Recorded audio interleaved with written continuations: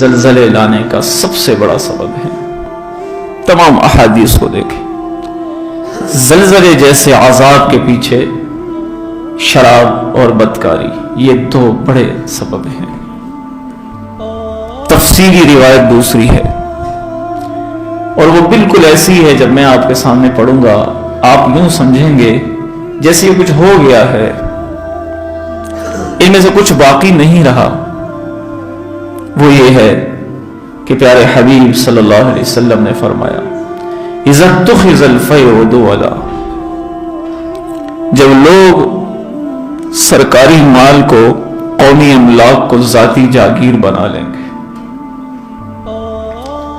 حکمران بڑی آزادی سے، ایک گورنر کے لیے 100 پولیس متعین، وہ تہذیب بیکرز کے تمام اخراجات حکومت کے جیب پہ ڈال دے گا۔ یہ ہوگا جب سرکاری مال ذاتی مال کی طرح استعمال ہوگا اور ملک کی عوام دیوالیہ ہوگی۔ والامانۃ مغنما، آپ نے فرمایا کہ امانت، اسے لوگ اپنا مال سمجھ کے کھائیں گے، جیسے یہ انہیں بس مل گیا کسی وجہ سے، اپنا مال سمجھ کے امانت کو ہڑپ کر جائیں گے۔ والزکاۃ مغرما، اور جب تم دیکھو کہ لوگ زکوٰۃ کو ٹیکس اور تاوان سمجھتے ہوں، جی ہاں، بہت سارے لوگ زکوٰۃ نہیں دیتے، وہ دیتے بھی ہیں تو آدھوری دیتے ہیں، کہیں دیتے ہی نہیں، کہیں آدھی دیتے ہیں، کہیں اس کو ایسے انداز میں دیتے ہیں کہ زکوٰۃ بھی ہو جائے، مسئلہ بھی حل ہو جائے۔ وَتُعَلِّمَ لِغَيْرِ الدِّينِ، تو آپ نے فرمایا کہ دین کی علوم بھی لوگ اس کوشش میں حاصل کریں گے کہ کوئی دنیا کا فائدہ ہو جائے۔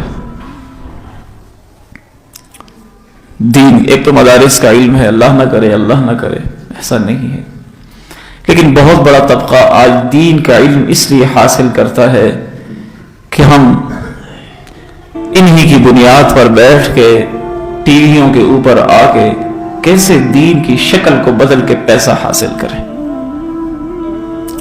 وَأَطَاعَ الرَّجُلُ امْرَأَتَهُ، آپ نے فرمایا کہ پھر تم دیکھو گے کہ لوگ بیویوں کے بڑے خدمتگار ہوں گے، غلام ہوں گے۔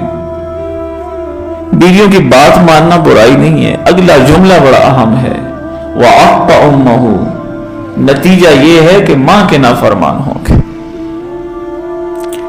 بیوی کی محبت میں آ کے ماں کے نافرمان ہو جائیں گے۔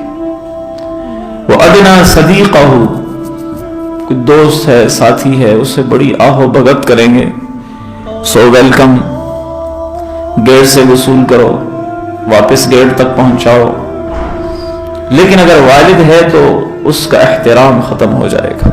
اقصى أباه، باپ سے دوری اختیار کریں گے، ہفتے میں کبھی ایک ملاقات باپ سے ہو گئی تو ہو گئی، سارا ہی وقت کس کے لیے ہے جی؟ دوستوں کے لیے۔ اور آپ نے فرمایا وَظَهَرَتِ الْقَيْنَاتِ وَالْمَعَازِفِ، ناچنے والیاں، گانے والیاں، وہ ان کا عروج ہوگا، میوزک شو، محفل موسیقی، فلان جگہ پہ محفل موسیقی ہے، فلان شادی کا حسن تب بنے گا جب اس میں موسیقی ہوگی، ان کا عروج ہوگا، یعنی لوگ اسے پسند کریں گے، اور اس میں کوئی دوسری رائے نہیں، یہ ساری چیزیں ہیں۔ وَظَهَرَتِ الْأَصْوَاتُ فِي الْمَسَاجِدِ، مسجدیں بھی شور شرابے کی جگہ بن جائیں گی، یعنی وہ مسجدیں سیرگاہیں اور پارک بن جائیں گے۔ جیسے یہ بڑی بڑی مساجد ہیں ہمارے ہاں بھی ملک میں ہیں، وہاں پہ بھی شور و غل، شور شرابہ، بلکہ اب تو اتنے آگے چلے گئے کہ فلموں کی شوٹنگ کرنے کے لیے بھی مسجدیں استعمال کرتے۔ اسی ہفتے ہی کی تو بات ہے، نام لوں تو ساتھی دکھی ہو جاتے ہیں کہ جی تنقید کر گئے۔ تو اللہ کی بات کی معصیت ہو تو میں اب بات نہ کروں تو کیا کروں؟ میری زبان تو اسی لیے خدا نے بنائی ہے کہ کوئی بات کرو. اگر قرآن حدیث پڑھنے کے بعد اس پہ خاموشی ہی آ جائے تو پھر بات تو کوئی نہ ہوئی نا. تو اللہ کے نبی نے فرمایا کہ پھر تم دیکھو گے کہ کیا ہوگا جی, مسجدیں بھی شور کا مرکز بن جائیں گی. وشربت الخمور, آپ نے فرمایا کہ تم دیکھو گے کہ شرابیں پی جائیں گی. شراب, یہ جب ہوٹلوں پہ سٹار بڑھانا شروع کر دیں تو ان کی سہولیات میں گناہوں کا اضافہ ہوتا ہے. بہت اچھے بھی ہیں لیکن برائی کے مرکز بھی بہت زیادہ ہیں. شراب عام ہوگی, پینے والے بھی, پلانے والے بھی, بنانے والے بھی, سب پہ اللہ کی لعنت بھی, اور انہوں نے دیس کو گندہ بھی کر دیا. آپ نے فرمایا کہ یہ تم دیکھو گے, یہ سب کچھ ہوگا.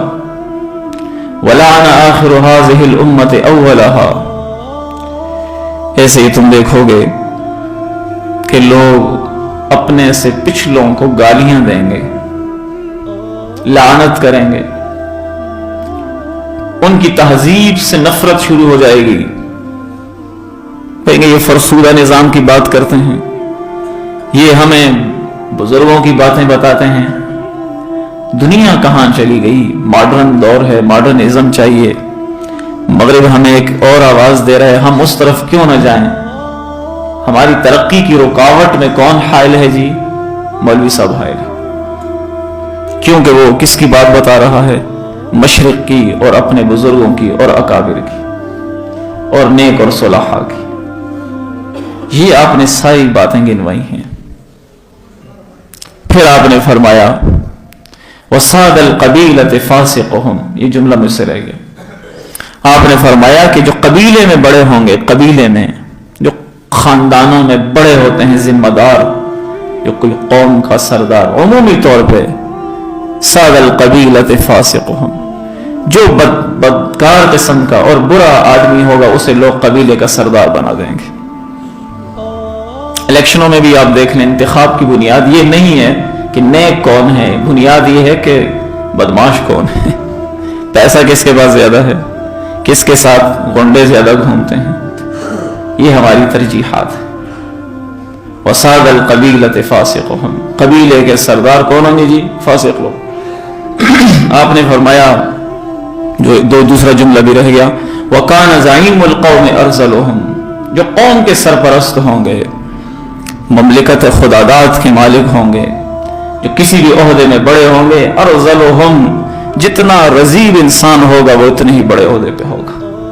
یہ میرے الفاظ نہیں ہیں, قربان جائیے سید الکونین جناب محمد مصطفیٰ صلی اللہ علیہ وسلم کے جملے ہیں. آپ نے فرمایا کہ جب یہ سارے گناہ ہونے لگیں, فَارْتَقِبُوا عِنْدَ ذَلِكَ رِيحًا حَمْرَا, تو پھر دیکھنا, فَارْتَقِبُوا, انتظار کرنا, عِنْدَ ذَلِكَ, ان گناہوں کے وقت. کس چیز کا؟ رِيحًا حَمْرَا, تمہارے اوپر سرخ آندھیاں چلیں گی. وَزَلْزَلَةً, زلزلے آئیں.